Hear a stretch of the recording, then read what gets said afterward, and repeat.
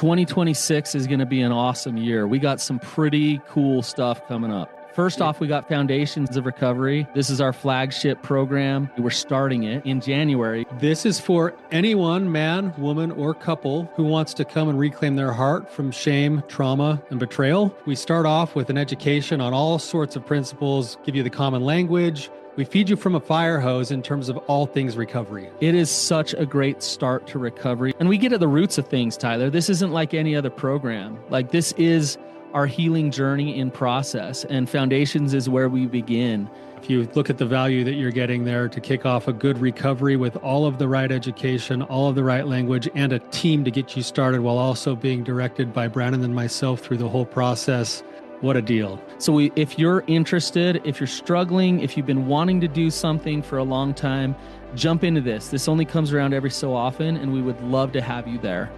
Click the link in the description to sign up for it. And to make it even sweeter, we're also including a raffle for a free pass to the Radiant Dawn retreat. Anyone who signs up for Foundations will be added to the raffle for that free Radiant Dawn pass. If you're a man and you sign up for Foundations, your name still gets entered, and you can give that pass away if you win it to any woman that you want to.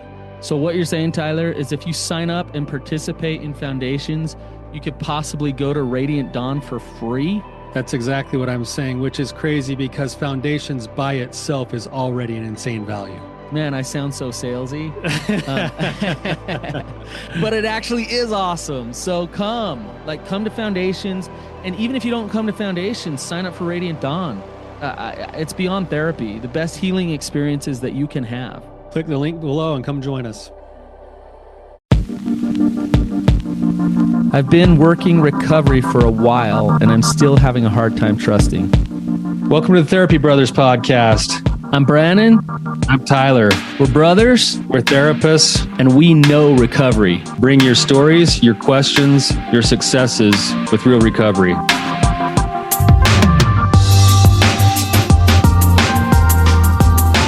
Hey, Tyler, you ready to have some hard conversations? Let's do it. Let the Therapy Brothers podcast begin. Brannon, good to see you, man. You too. I saw you over the holidays, which was nice to see you. Always nice to see you. You ate a lot of turkey. No more than a normal year, I don't think. I don't know. I was kind of watching. Yeah, I'm sure you were. That's the thing you pay attention to the whole holiday. All the time. Yeah, I'm sure. It actually was a really good meal of food. Oh, and, so good. And the conversation after and just hanging out with you guys was one of the best Thanksgivings. It was just a total chill day all the way around. Like, it was, didn't feel like there was a lot of pressure. It was great to be with the family. Your pickleball game is impressive. I gotta say, pickleball. I love the game of pickleball, and I'm not really all that great at it. You're good. No, you're good. I was impressed. No, we had a good time. That was fun. I got to go practice so I can compete with you. Whatever. I think you beat me. Yeah. Well, should we just dive right in? Let's go for it. Okay. Mandy, welcome to the show. Hi. Thank you for having me. You're welcome. If you could give us a little bit of what's going on with you, and we'll just go from there. Yeah, so my husband and I have been working to rebuild trust. He's been semi-working recovery for about 3 years now from the initial discovery or betrayal in our relationship. And there have obviously been, ups and downs, a few setbacks with the recovery with his specific addiction. And I can't get unstuck from that place of going back and forth from depression to anger.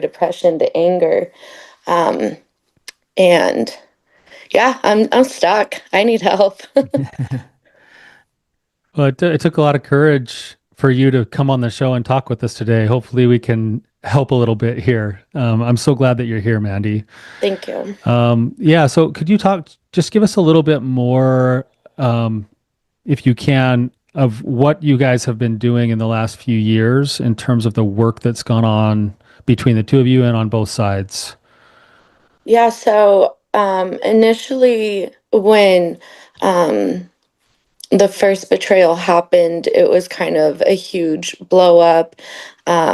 We split up for a minute, and um, I went and did some intense like retreat.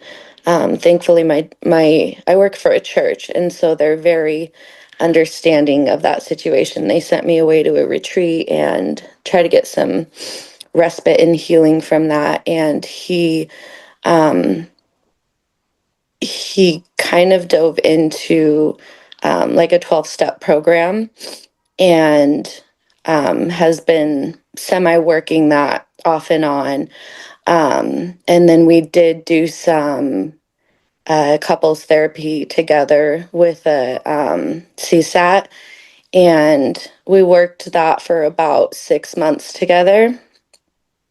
And then he did a few months on his own with the CSAT.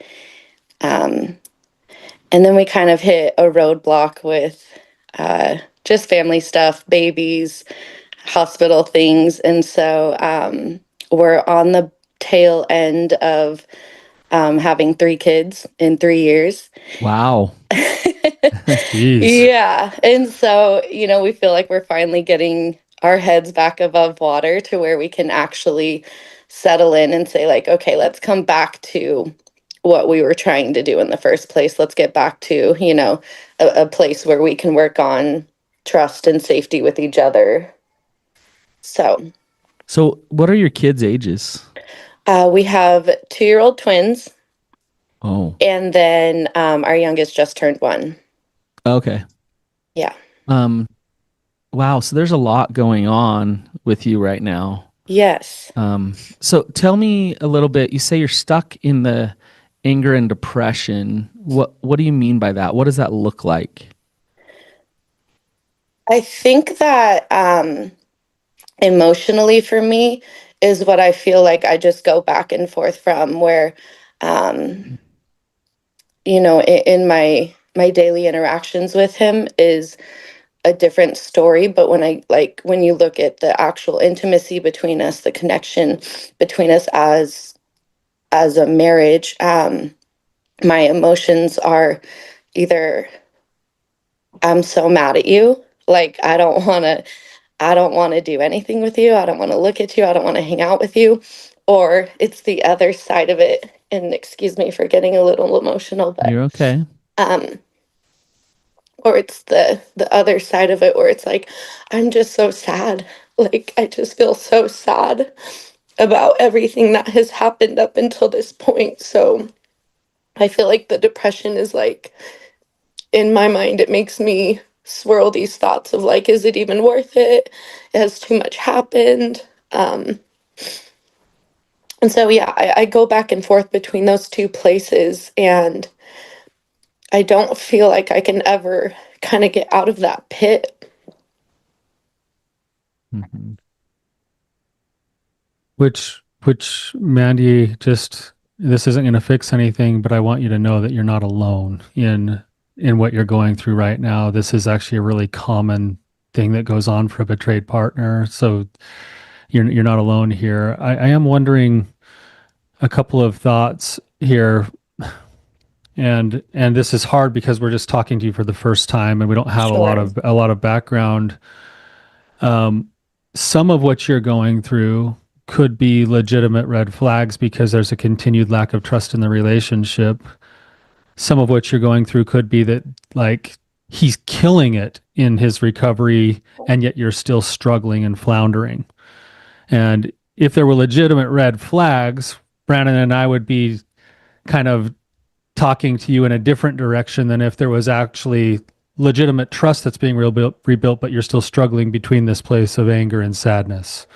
Right. And so kind of what I'm getting at is if you kind of look at it from a high level view, and then you also take the feel of recovery that's going on between the two of you, and maybe even that you're feeling from your partner, does that feel legitimate Does it actually feel safer? Does it feel like there's progress being made, or are your feelings kicking off because there's actually still a bunch of red flags?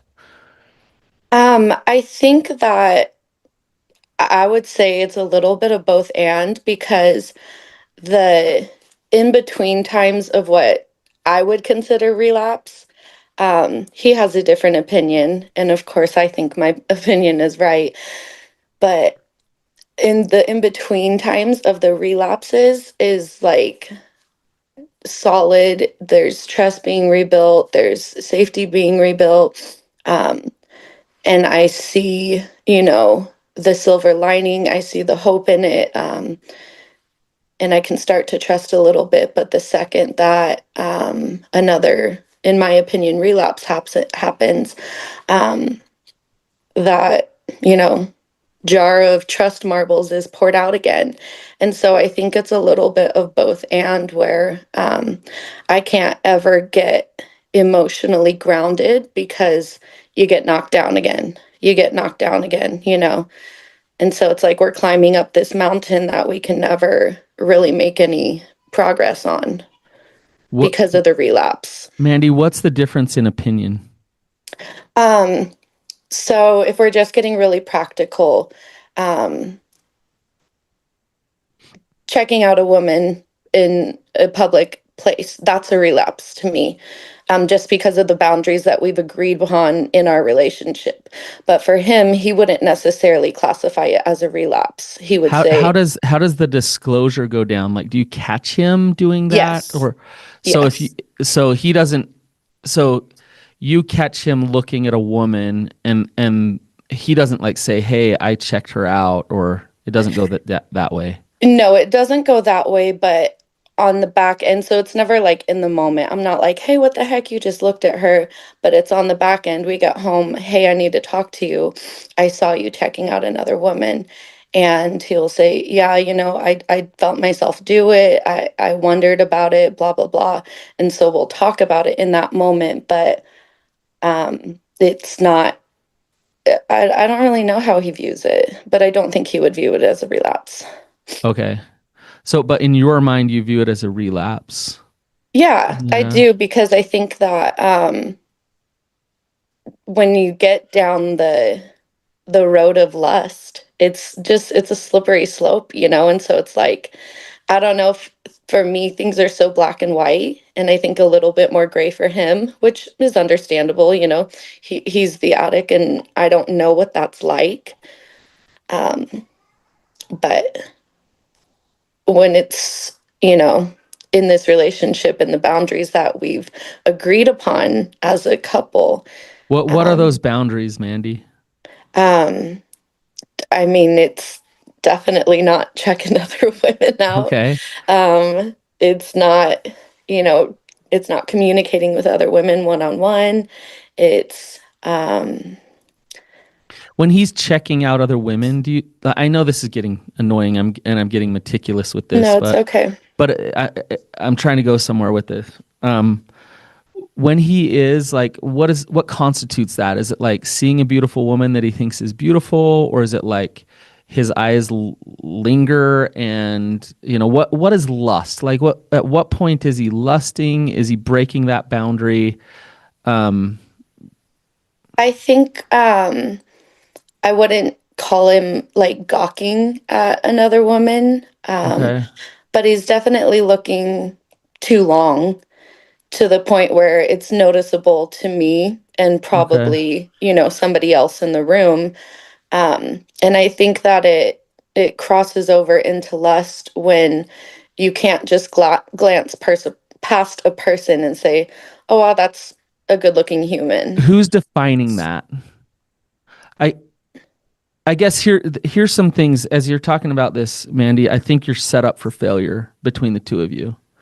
Um, you have these boundaries in place, but the definitions aren't that clear, and they're also like a lot of it resides within him, and so you're not going to trust him unless you can trust that he alone can manage himself.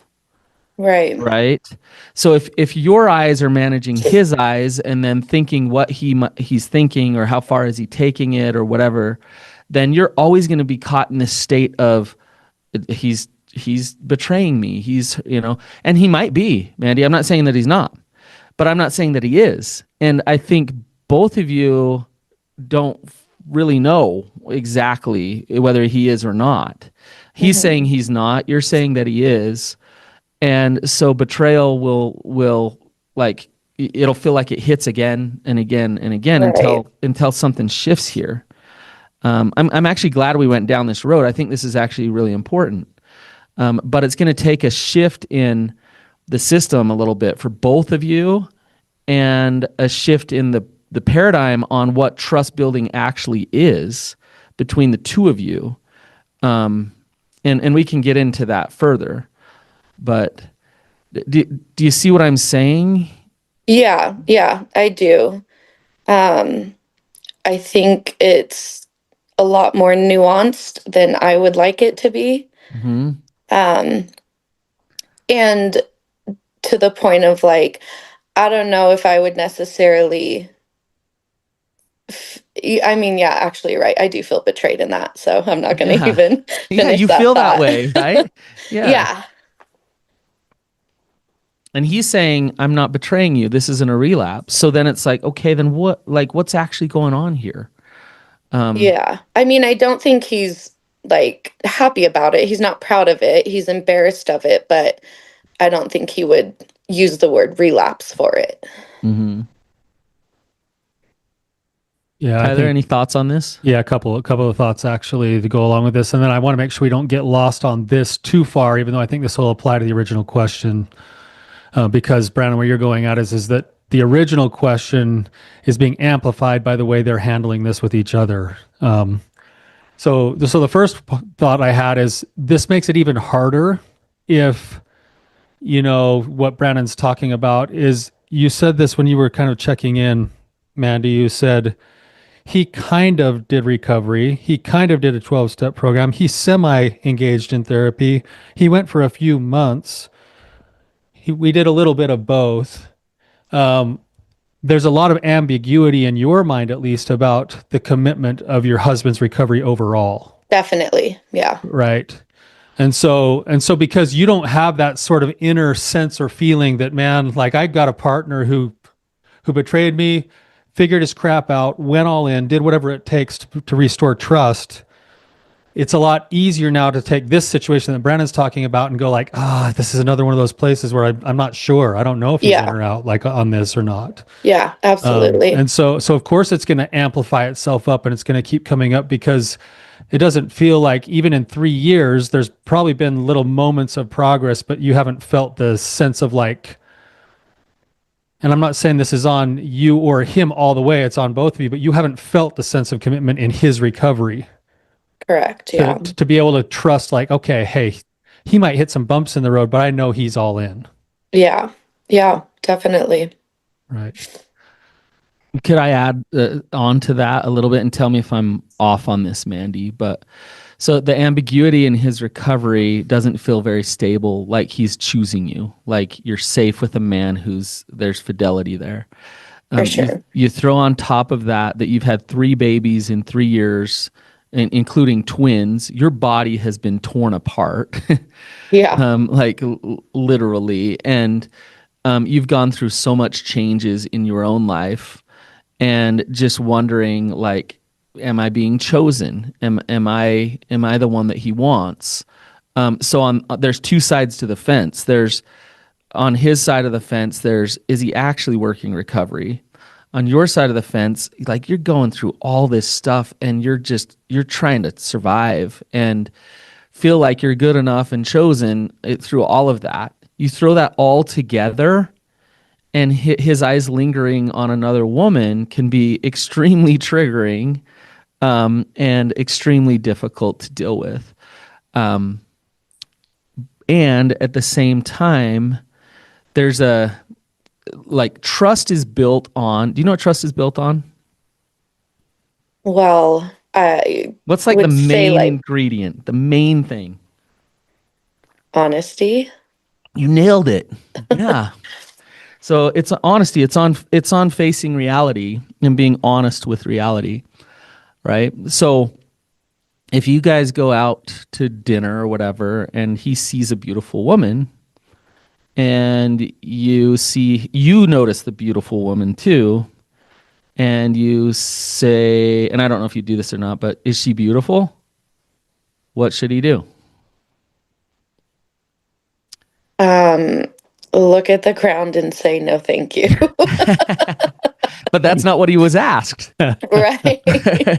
Yeah. But I mean, I will say that's definitely not our dynamic. I'm not, because I'm setting it up for Well, failure well, for well. sure When in when you that. when you come home and you say, "Did you notice? I did you? I saw you noticing that woman. Did you notice her?" And he'll say, "Yeah," or, but it's not in a strength based way of honesty. It's like, "Uh-oh, I'm in trouble. Now we're in this dynamic together. You're triggered." and Hmm. and so this is where like the definition of lust does matter, and also your understanding of healthy sexuality on his side and your side is very important. Same with him, for him to know, where you can come to the table and say, yeah, like here's the reality.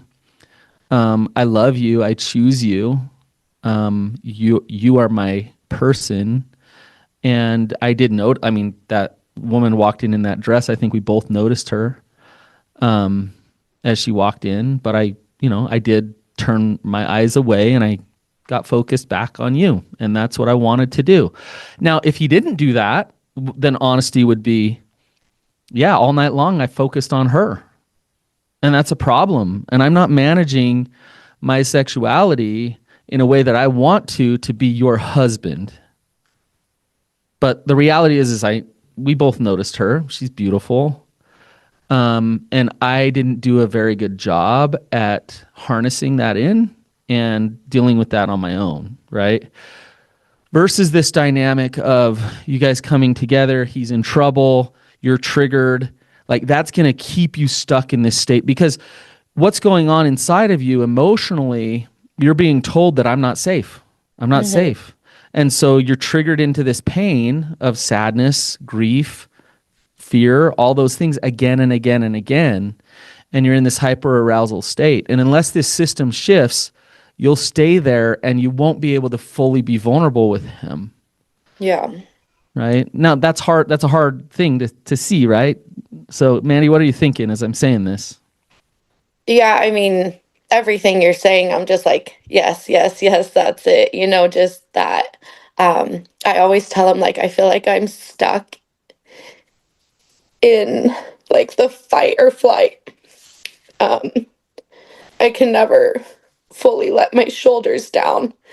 And he's stuck in freeze because he's terrified of me and he's Mm-hmm. terrified of doing anything wrong to the point where I'm out. And so, yeah, we're definitely stuck in that dynamic that you're explaining. And um, yeah, I don't know how to get out. I think we're part of the pathway through potentially is what Brannon's talking about a little bit, which is where both of you lean a little bit more into the valuing of getting honesty into the reality of our situation and then working from there. Even though it's painful, it's actually hard. It hurts. Brandon's talking. I had this happen right at the beginning of my own recovery. A few months, probably it was probably a few years into recovery. We went out to dinner together, and we're sitting next to each other across from the table, enjoying each other's company. Finally, after like all of the horrible stuff, and somebody comes through the line. This woman, really beautiful woman, wearing a white tank top with no bra, just like, and she's standing by the drink machine like, I'm here, my wife's here, and this woman is standing like just like right at eye level. It's just like, oh gosh, like, and I'm on the inside, I'm like dying, like, oh no, like, dang it, like, and then I can see my wife kind of like grimacing, and she's telling me something, and I'm just like trying to lock in and visit with her. That woman goes by, and my wife goes, Tyler, did you notice that woman? And I go, yeah, of course I did. And she's like, do you think she was beautiful? Yeah, she was really pretty. Did you see that she wasn't wearing a bra? Yep, I saw that too, babe. And she sat there for a second and I could see stuff churning on the inside. And then she looked across the table from me and she said, "Thank you for being here with me." Right? She didn't like it. And I got to say, "Hey, babe, I know that's really hard. It's hard on both of us. Like, I'm sad that because of what's happened in the past, even coming out to dinner takes this kind of work." Yeah. Right?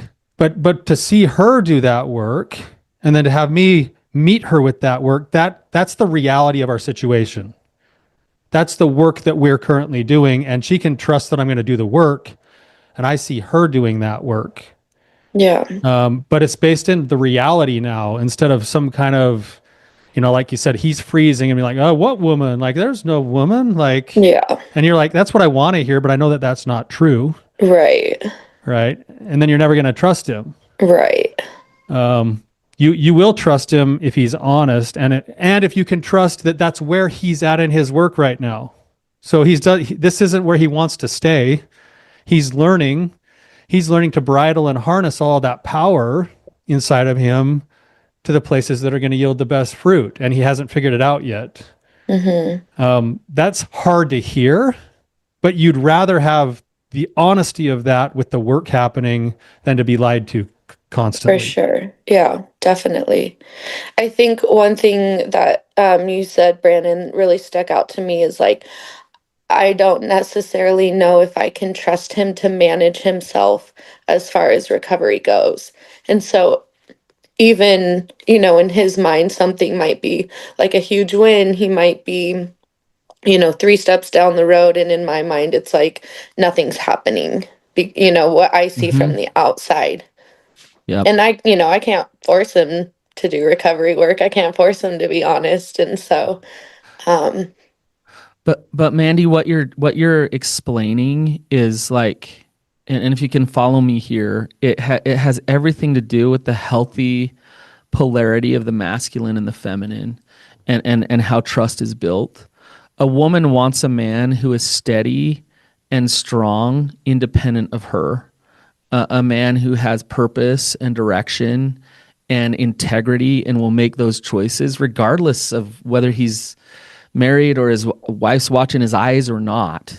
right. That's what a woman wants. She needs to know that in times of childbirth and having babies, that he's going to stay around, that he's going to stay strong, that he's going to choose her, that he's going to take care of things and protect and provide. That's what a woman wants to know, right? So what I'm hearing from you is like, I have to step up and make sure that I'm safe, and I have to step up and make sure that I'm okay. And so you're in a way taking on a masculine role to make sure that everything's steady and safe. And then he's coming around and like telling on himself, or or that's not a relapse, or that. So there's like nothing. Your foundation is jello. It's like nothingness there. Yeah. And so then Yeah. you're like, so you want a man to step up, to take Right. charge of his own recovery, to be proactive in that recovery. If you come to him and you say you lusted after that woman, and he knows that he didn't deep inside, instead of getting defensive, he wouldn't get defensive. You know what he would do? Hopefully try to like be present with me and see why I think that. That's it. He'd connect back to you because he'd know in his center, in his soul, he's okay. Yeah. And you would feel that from him, and you would know that he didn't lust just because you'd feel it. You'd know it. That would be just real to you.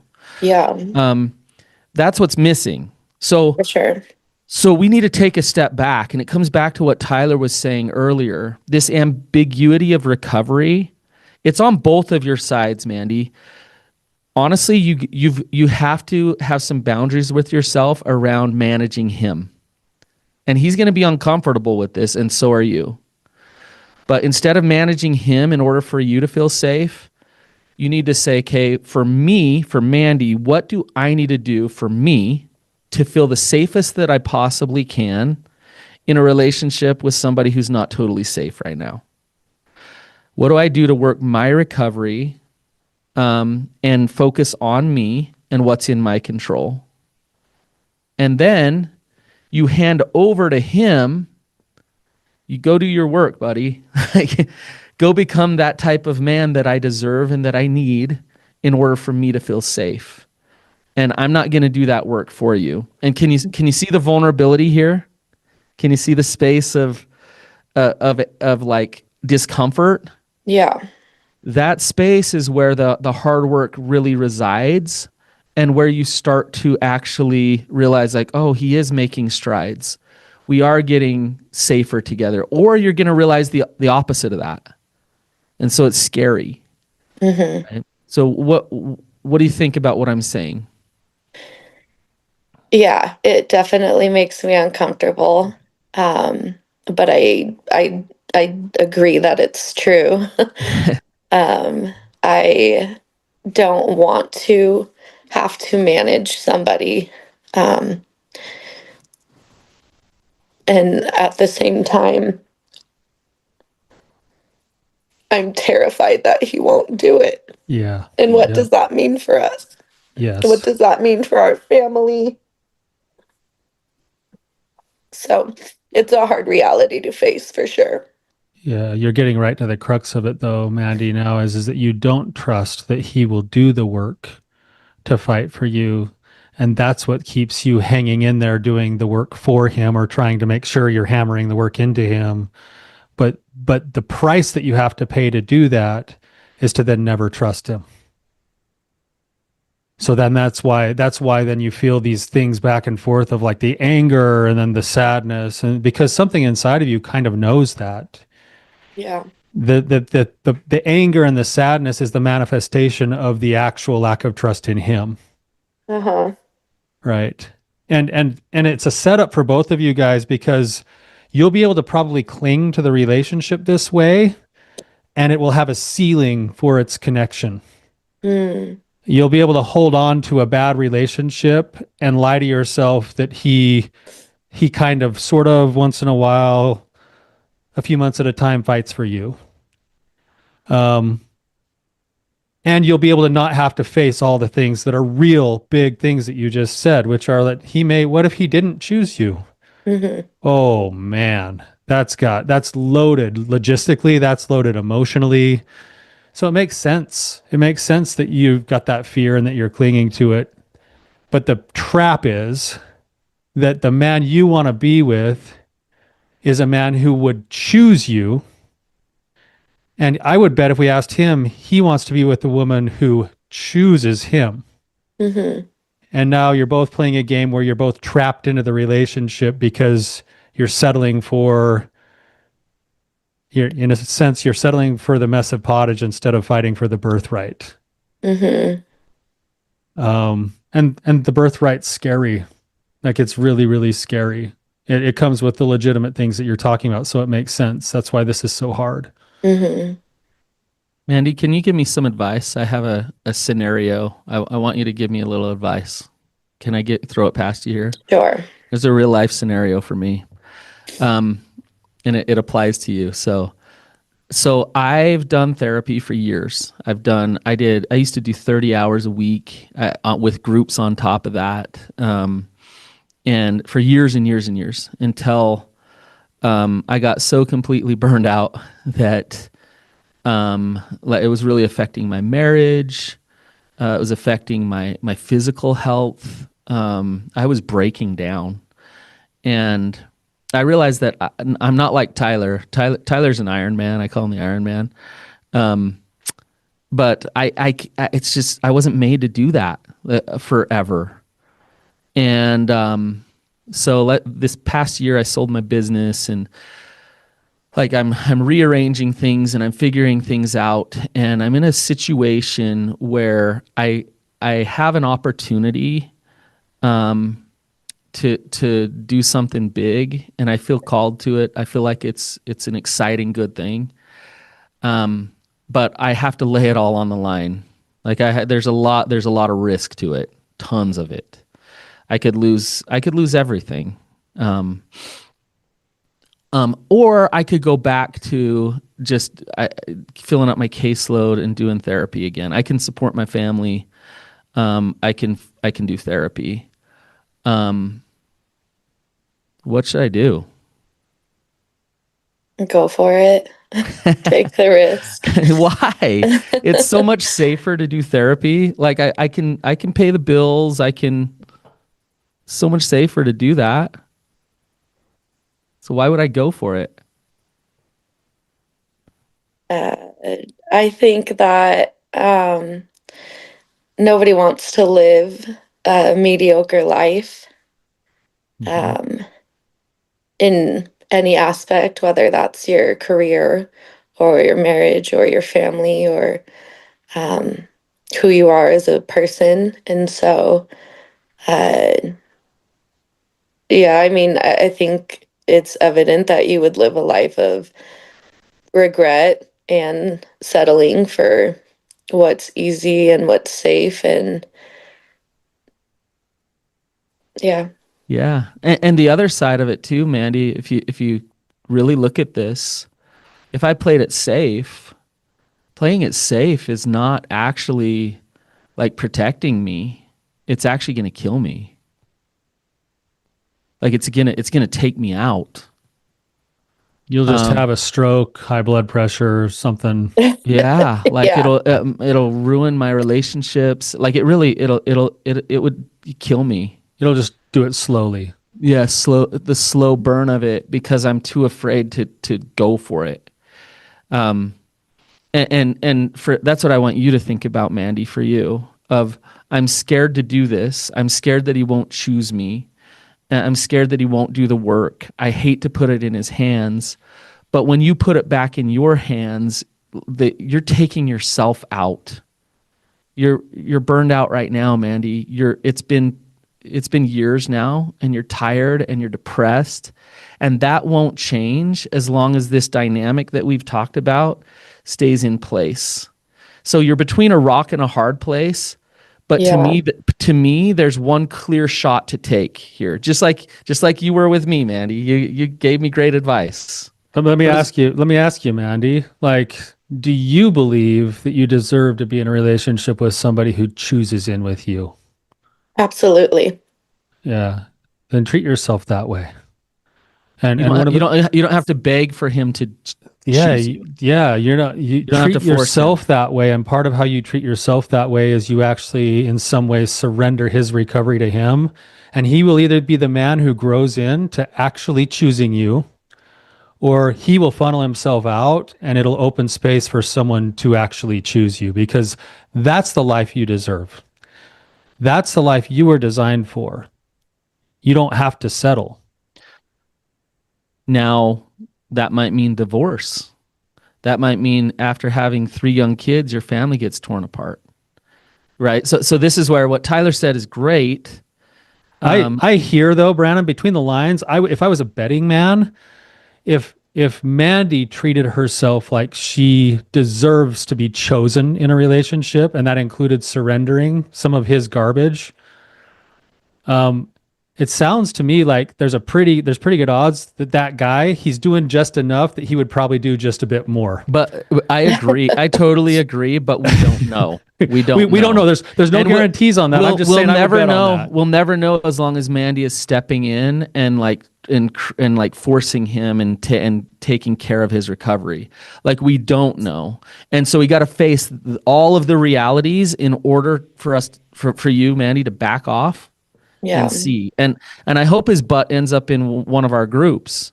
And I hope he comes out to our retreat and we will like get him going. Like recovery is there. It's possible. But maybe Yeah. not.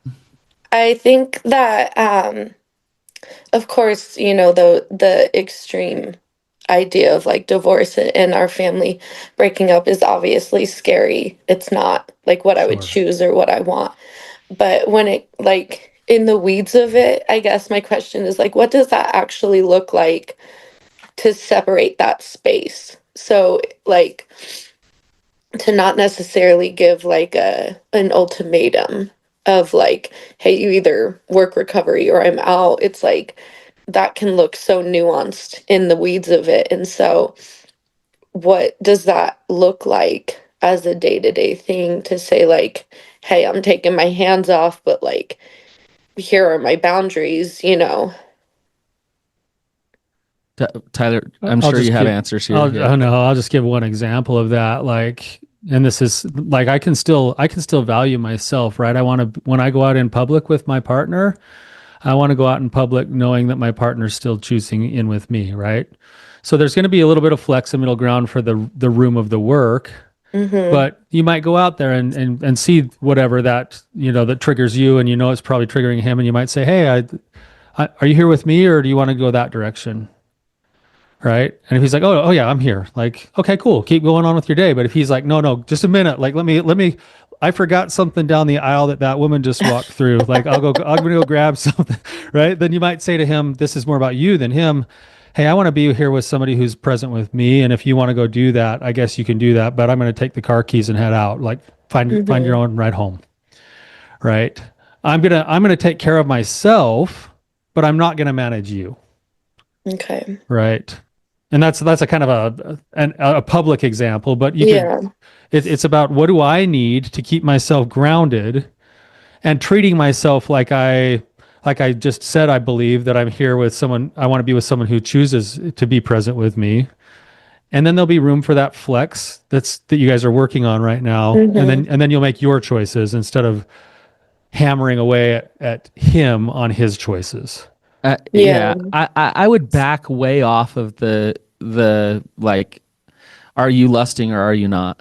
And what I would focus on if I were you, I would have some pretty strong boundaries for yourself around managing his sexuality. And so like I'm not gonna like follow his eyes. I'm not gonna ask him. I'm not you Mandy, you need to go into two things. Your observation mode of him, and what you're observing is not so much his actions and behaviors. You're observing his energy. How does he feel to you? Does he feel like a trustworthy man? Is he being, now you are watching, is he being proactive in his recovery? Does he go out of his way to be honest, or does he go out of his way to be dishonest?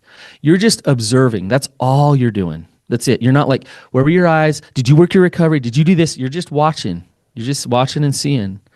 And then the other side of it is focus on your recovery. And this is what Tyler was talking about, is if you're observing that you're not feeling safe, then you ask yourself, for you, what does it mean for you to be empowered to take care of you, your self-care? Hey, I need to go to an extra group. I need to spend this money on therapy. I need you to watch the babies so that I can go to the gym and just get a jog in, because I need this right now. Because I need to be empowered. I need to feel alive. I need to feel like I can move forward in my life no matter what, with or without you. As long as I have that, I can focus there. And as I observe his recovery, you're going to come back to him and not say, you know what, sleep on the couch because I watched your eyes. You're going to come back to him and say, I need safety. I need trust. You're not providing it. So we need to address that. And so what do we do from here? What's your plan? And if he comes back with no safety or no trust, then you start to have these boundaries, that these healthy boundaries will start to destroy your unhealthy relationship. As you have those boundaries, he might step up. And like Tyler said, he might come and be like, hey, it's time. Mm-hmm. Right. But do you see what I'm saying? Like, back off of like the lust in the eyes, and focus on Mandy's recovery, focus on your boundaries, and just watch and see, observe him. Feel. And feel what he's doing. And then be honest with yourself about what it is. And if you're not feeling safe, don't come back to, you're still lusting. Come back to, I need recovery. I need honesty, empathy, and consistency. Like, that's what I need from a man. You're not providing it. This is what I'm going to need to do. Right. Mm-hmm. So do you see the difference there? Yeah, definitely. Yeah. Mandy, we went in a slightly different direction than I think any of us anticipated. I hope this will be helpful to you, especially when you listen to it back again. Thank you so much for your willingness to come on and chat with us today. Yeah. Before we hang up the call today, is there anything else on your mind or heart? Where are you at emotionally? I will say I definitely feel a little bit more peace. Um, and trust in myself to do what's right, even when it's hard. Yeah. Mandy, you one, I just want to say you're a hero, a mother of twins. Like, holy cow. You are amazing. And then you had another one. Basically triplets. So you can do hard. You can do hard Yeah. things. And we got your back. Like, if we can support you, we have resources, we have groups, you can't do this just on your own. And you've tapped into some good resources. Sounds like you have some good support. But if you do what you've always done, you're going to get what you've always gotten. So new education, good support, a new way of looking at things. You got this, Mandy. You can do this. So thank you for coming on. Thank you for your vulnerability. Thank you. It's people like Mandy that make this show great. And so if you appreciate her vulnerability and her willingness to come on, get in the reviews and leave her a little note and just shout her out. And until next time, keep on keeping on.